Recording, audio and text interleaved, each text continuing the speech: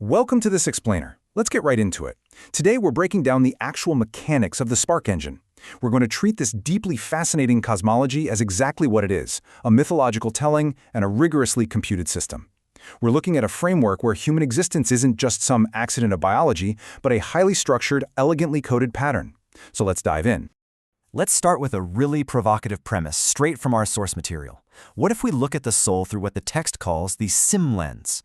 Imagine treating human life as a computational process, with an input, a rendering phase, and a runtime. Now, we aren't saying reality is literally a computer simulation running on someone's hardware in a basement. The text explicitly rejects that claim. But what it does say is that whether or not reality computes, your unique pattern demonstrably does. But this system also speaks the language of myth. The telling says that before we arrive here, before there's a you or an I, there is only the spark.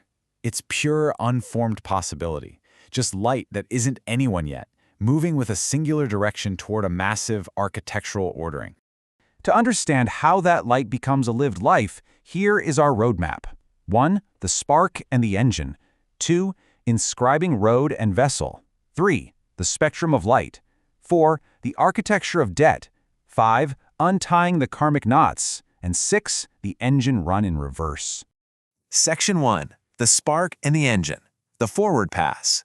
In this forward pass, we're defining the literal assembly of a human pattern. And here's the thing. The engine itself is not a physical place, and it's definitely not an industrial machine. It is the ordering, the cosmic algorithm that compiles pure light into a complex, lived life. It's the ultimate filter through which the unformed becomes profoundly specific. Think of this forward pass as the fundamental source code for your existence, moving through 4 sequential steps. First is the approach, where pure possibility is drawn in. Second is the inscription, where the soul receives its defining marks. Third is the refraction, where it passes through a spectrum and takes on its unique color. And fourth is the emergence, where the soul officially exits the engine and steps right into the lived life, carrying its pattern like a blueprint. Section 2. Inscribing road and vessel. Now, right at the threshold of the engine, every single soul receives exactly 2 marks, setting the complete foundation of a life. The first is the road. Derived from your birth date, this is your terrain. It's the curriculum and the circumstances you simply cannot opt out of, the fixed parameters of your existence. The second is the vessel. Derived from your birth name, this is your hardware. It's your equipment, your inner capacity, literally everything you carry into that terrain. The engine compresses the entire shape of your life into just these 2 inputs. Section 3. The spectrum of light. The refraction. The source material beautifully states that your light isn't just the road you walk, it is what your road becomes when it's met by the specific equipment you carry. So by mathematically combining your road and your vessel, the engine computes your radiant number, and that number locks in your soul's fixed color and tier on an 11-step spectrum, ranging from deep red ember all the way up to first light. Now, there is a totally crucial distinction in this system between who you fundamentally are and the temporary weather you're just walking through. Your light, that's your fixed identity. It never changes, but your season cycles. The sky over your light changes year by year, running you through a 9-year weather pattern. Honestly, it perfectly explains that deeply frustrating dissonance we all feel when our permanent nature feels stuck walking through a temporary, shifting storm. Section 4. The architecture of debt. Unleveled floors. Karmic debt is so often completely misunderstood in popular culture. But this quote, it gets right to the heart of it. Think of a karmic debt not as a receipt for past misbehavior, and definitely not as some cosmic tribunal's punishment, but as an architectural feature.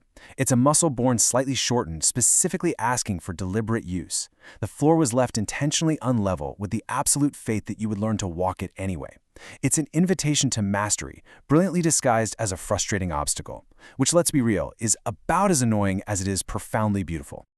The engine scan actually looks deep behind your surface numbers to locate 4 highly specific debts. 13 is the unfinished work, where life taxes your effort and absolutely refuses partial payment.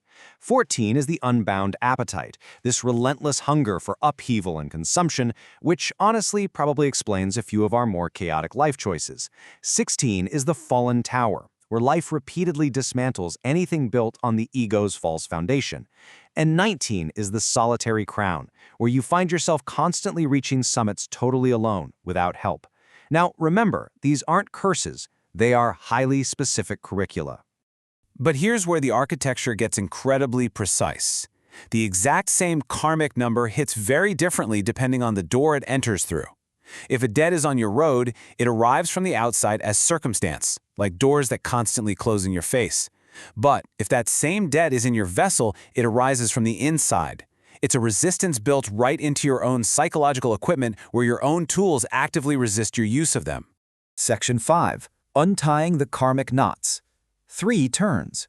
So now that we see these intentional obstacles, how does human consciousness actually untie them during runtime? Well, it doesn't happen all at once. It happens in 3 distinct turns. First is the long walk. This is where you carry the knot blindly, just reacting to the obstacle again and again. Second is the costly turn. This is the moment you finally recognize the pattern. You witness it, and you make the deliberate and often painful choice to face it rather than avoid it. And finally, the easy turn, where the knot is released. But, and this is absolutely crucial, release does not mean erasure. The source is very clear on this. Paying a debt doesn't delete it from your code. The inscription does not reverse. Instead, it converts that deep resistance into a profound resource. What used to be a blind compulsion just becomes a known tendency. You recognize the low door frame, you instinctively duck, and suddenly you are deeply, effortlessly fluent in the exact area that used to break you. Section 6. The engine run in reverse. Conscious living. You see, the engine dictates your road, your vessel, and your debts, but it never, ever inscribes the archetype you play. The character you play in this life is something you must consciously recognize from within the runtime itself. Through what's called the selector protocol, you report your own nature, locating your domain, whether that's the self, your work, the beyond, or your bond with others. There are 0 hidden tests here. You are simply declaring who you have chosen to become. This sequence right here, this is the absolute core code of our explainer today. True conscious living is quite literally the engine run in reverse. Think about it. Step 1, the engine inscribed your vessel, so your consciousness must witness it. Step 2, the engine tied karmic knots into your code, so your consciousness must release them. Step 3, the engine laid out your road, so your consciousness must select exactly how to walk it. It's a breathtaking symmetry, really. The forward pass is what compiled you into existence, compressing pure light into a specific, tangible human shape. But the reverse pass, that active, conscious act of witnessing, releasing, and selecting is how you navigate that shape. The map you're given doesn't just show you how you were built, it actually teaches you how to walk yourself right back to the source. So I'll leave you with this final thought to ponder.